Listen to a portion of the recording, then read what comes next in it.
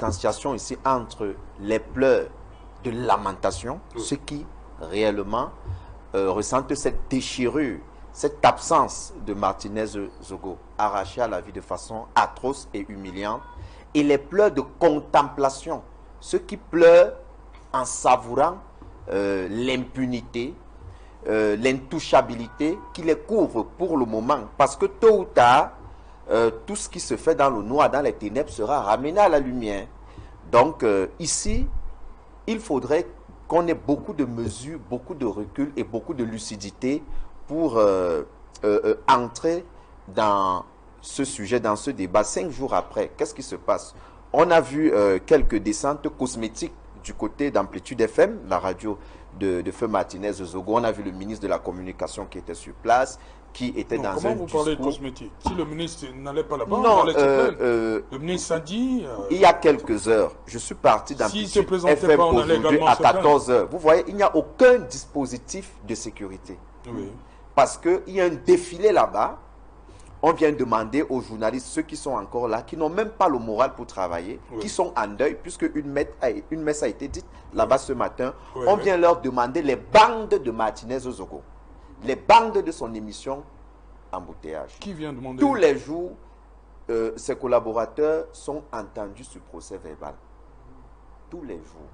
Telle unité de gendarmerie, telle unité de police, etc. etc. Ça fait qu'il y a un climat là-bas. Ils sont beaucoup plus apeurés par les manœuvres même des autorités policières, judiciaires, administratives qui font le défilé au quotidien. Mais il n'y a pas de mesure même de sécurité parce que ceux qui restent là ne sont pas en sécurité.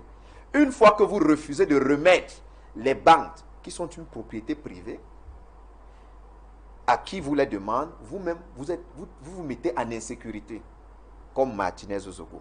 Est-ce que l'enquête n'a pas besoin de tout ça? Qu'on fait une enquête. L'enquête, vous savez aujourd'hui qu'il y a un problème de crédibilité de nos autorités judiciaires. Nous sommes dans un pays où... Qui fait donc l'enquête? Ce n'est pas le procureur de la République qui fait l'enquête. C'est pas le procureur qui demande. Monsieur Otto, il faut déjà qu'on dise aux Camerounais que le procureur en droit pénal camerounais est juge de l'opportunité des poursuites. Il peut dire qu'il reste chez lui, il boit du petit lait et il n'enquête pas. Vous allez lui faire quoi? La loi lui permet de prendre cette option-là. Sauf qu'ici, il est peut-être dos mûr parce que là, ce n'est pas une Bayam-Selam du marché Mokolo, c'est quand même Martinez Zogo qui a mis en difficulté par sa voix plusieurs hauts commis de l'État dans le cadre de ces enquêtes et de la diffusion de l'information. Donc là, forcément, monsieur le procureur de la République, près les tribunaux de Mfou, va prendre ses responsabilités ici pour agir. Mais là n'est pas l'essentiel. Ce n'est pas la première enquête au Cameroun. Ce n'est pas le premier assassinat au Cameroun. Quel sera le résultat de cette enquête? Dans un pays où le parquet est hiérarchisé et où on ne prend pas d'initiative sans la hiérarchie. Mais c'est le ministre de la Justice, garde des Sceaux, qui est le véritable patron du parquet. Vous pensez que le procureur de Mfou fera quoi ou dira quoi si les instructions ne viennent pas d'en haut? Vous comprenez un peu? Et là, nous sommes dans une affaire où il y a eu des dénonciations. Il y a eu une note d'information qui a été envoyée à Madame le ministre délégué à la présidence chargé du contrôle supérieur de l'État. Actuellement, où nous parlons, plus de 1780 agents du ministère des Finances sont entendus sur la gestion justement de la ligne, de ces lignes-là, 94, 65 et désormais, merci à Martinez Zogo qui nous l'a fait savoir, ligne 57. À ce moment-là, donc, on a l'impression qu'il y a ce qu'on appelle en procédure pénale indivisibilité. C'est-à-dire qu'il y a une infraction qui a été commise, il y a plusieurs auteurs, parce que dans la mafia, le gangstérisme d'État et la mafia napolitaine, et dans la criminologie, vous comprendrez que ce n'est pas forcément un camp adverse qui peut liquider un membre d'en face. Il est possible que vous-même, dans votre propre camp, vous vous éliminiez, même physiquement, en fonction des intérêts. Non, je ne veux pas ce débat ici, je vous en prie. Nous sommes 5 jours après. 5 jours après. Les Camerounais ont besoin l'enquête. Au niveau de l'enquête, les Camerounais ont besoin de savoir. Pourquoi le procureur, les gens se demandent pourquoi le procureur ne s'est toujours pas saisi. Le procureur... Auto-saisi. le porte-parole du gouvernement a annoncé qu'une enquête avait été ouverte. Voilà. Sauf qu'ici, on n'a pas encore entendu la voix du procureur. Justement. Ni d'un substitut d'un fou. Mais il faut aussi dire aux Camerounais que la loi... Ni du président de la République qui pouvait tuer. Parce qu'il a tweeté pour Pelé. Il a tweeté pour Pelé. Un Brésilien qu'on ne connaît même, qu'on n'a même pas vu ici au Cameroun. Il a tweeté pour lui. Il ne peut pas tweeter pour nous dire que je vous ai écouté. J'ai entendu, j'écoute vos pleurs. Pour ça, il ne peut pas tweeter. Oui, je suis d'accord avec vous, madame. On dit seulement aux gens que le président Biya, nous sommes lassés des silences présidentiels. Quand nous développons dans des thèses et non, cette fois-ci, il n'y aura pas de silence présidentiel. Nous sommes d'accord. C'est pour ça que nous disons non. Ne vous habituez pas à ça. Il nous a dit que soyez résilients. Voilà, la résilience a amené Martinez Zogo. Parce que pour subir ce qu'il a subi, il fallait être résilient. Madame Yogo, je veux juste rappeler ici un cadre normatif. La loi là-bas, c'est pour vous. Nous, à l'école sous l'arbre, on n'a plus les mots là. Nous arrivons en politique, Madame Yogo. La loi permet au procureur de la République de garder le silence sur une pareille communication. Puisque le procureur de la République est secrète, l'enquête est secrète. Le procureur de la République est où? Une communication du procureur de la République peut éliminer certaines preuves au cours de l'enquête. Là, c'est la loi qui le dit. Maintenant, Monsieur Massine, dans d'autres pays, quand un enfant seulement tombe dans la rivière, le procureur sort et fait une annonce. Madame Yogo, dans un pays où on respecte les gens, Madame Yogo, la moindre des choses, c'est de Camerounais n'a voté un procureur au Cameroun. C'est pour cela que nous tournons vers ceux qui ont un mandat électif et populaire. Tout commence par alerte disparition. Oui. Parce qu'un citoyen, monsieur n'est-ce pas, monsieur le président de la République, les députés et les députés sont ceux-là qui sont bénéficiaires des suffrages universels de 25 millions de Camerounais. Oui. Ce sont eux qui ont la responsabilité première de sortir, de s'ouvrir et de communiquer sur un dossier aussi sensible.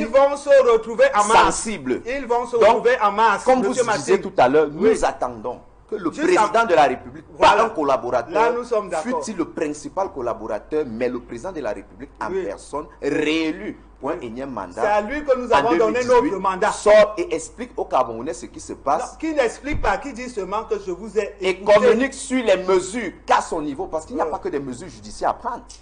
Il y a des mesures politiques à prendre, il y a des mesures administratives à prendre. Également, on n'a pas entendu le porte-parole des mandataires de l'hémicycle sortir. Le président de l'Assemblée nationale est toujours attendu. Il ne s'est pas prononcé.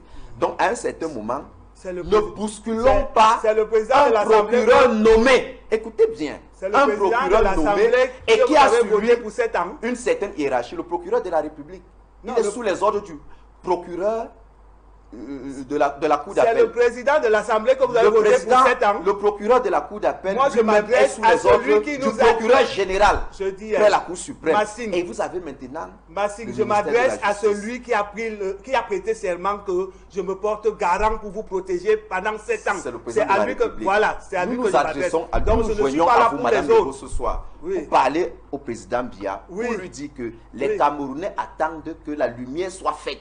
Vous n'allez pas me dire ce que je dois lui dire. C'est un bêtis, il connaît le Siliaou. Il sait comment ça se passe. Ce n'est pas toi qui vas lui apprendre ça. À 90 ans, tu n'apprends pas à quelqu'un le Siliaou chez lui. Le Siliaou, c'est quelque chose qu'on ne blague pas avec. Le Siliaou ne traîne pas. Vous voulez que le président de la République se transforme en chef traditionnel maintenant? Il n'est pas Nomgui. Il n'est pas Nomgui. Mais qu'est-ce que celui-là dit? Il est au-dessus des chefs traditionnels. Il est Nomgui. On sent qu'il n'est pas de la région.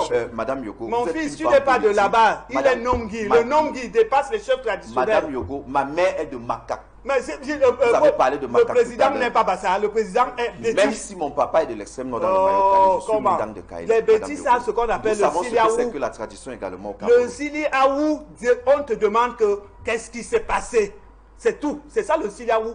Le Siliaou, c'est que qu'est-ce qui s'est passé. On veut une réponse. Voilà. Monsieur Otto, il est question ici, pour nous communicateurs, pour nous journalistes, de perpétuer l'œuvre. Le Cameroun ne sera pas une muselière. Nous n'acceptons pas, nous ne nous tairons pas, parce que le message est clair. Lorsqu'on coupe la langue à quelqu'un, c'est pour qu'il ne parle plus. Nous allons continuer à parler. Nous allons continuer à travailler. Nous allons poursuivre l'œuvre à laquelle nous avons été appelés. Donc, nous rangeons du côté de la justice. Il faudrait que l'impunité soit levée. Parce que dans ce pays, tout le monde est devenu intouchable. Vous avez les hauts commis de l'État, des ministres, des députés, des sénateurs, des directeurs généraux, des présidents de conseil d'administration et même des hommes d'affaires qui sont entrés dans le système, dans le régime. Aujourd'hui, il ne faudrait plus que les Camerounais, que ce soit un journaliste, que ce soit une Bayam Selam, soient victimes des guerres de clans. Parce que là, c'est ce qu'ils ressentent encore. Et des guerres politico-politiciennes. Madame Yogo, nous ne sommes pas... Vous êtes une femme politique. Je suis d'abord une mère. Je suis d'abord une mère. Nous sommes également des fils. Je suis d'abord une mère. Nous sommes également des frères de Martinez Zogo. Massing, je peux déposer la politique par terre, mais le rôle de mère m'oblige à être debout et à dire un fils est couché. Et ça, je ne discute pas sur ça. Ma cassette politique, la politique ne me nourrit pas. La politique, je ne suis pas en politique par opportunisme, c'est par conviction. Mais que Martinez Zogo soit sodomisé, qu'il soit mutilé, qu'il soit brûlé, qu'il soit écorché vif, ça en tant que mère, je dis non. Nous également, en tant que frères et confrères, nous disons non. Nous partageons ce même... Donc, ne venez pas me parler de la cassette politique. Je ne suis pas là même pour la cassette politique. Je suis là en tant que mère. Voilà. Et vous faites ça parce que Martinez Zogo est orphelin. Je viens de le dire. Quand un enfant perd son père, il est orphelin. Parce que si son père était debout, il serait peut-être lui-même aujourd'hui couché devant le palais. Ce ne serait même pas tout le Cameroun qui marcherait pour le palais. C'est le père Zogo qui serait assis par terre devant le palais. Là. Et je pense que vous verrez les choses autrement. Malheureusement, il est orphelin. Mais il n'est pas orphelin. Il est peut-être orphelin de père, mais il n'est pas orphelin de mère. Merci. Et nous allons parler. Merci, merci.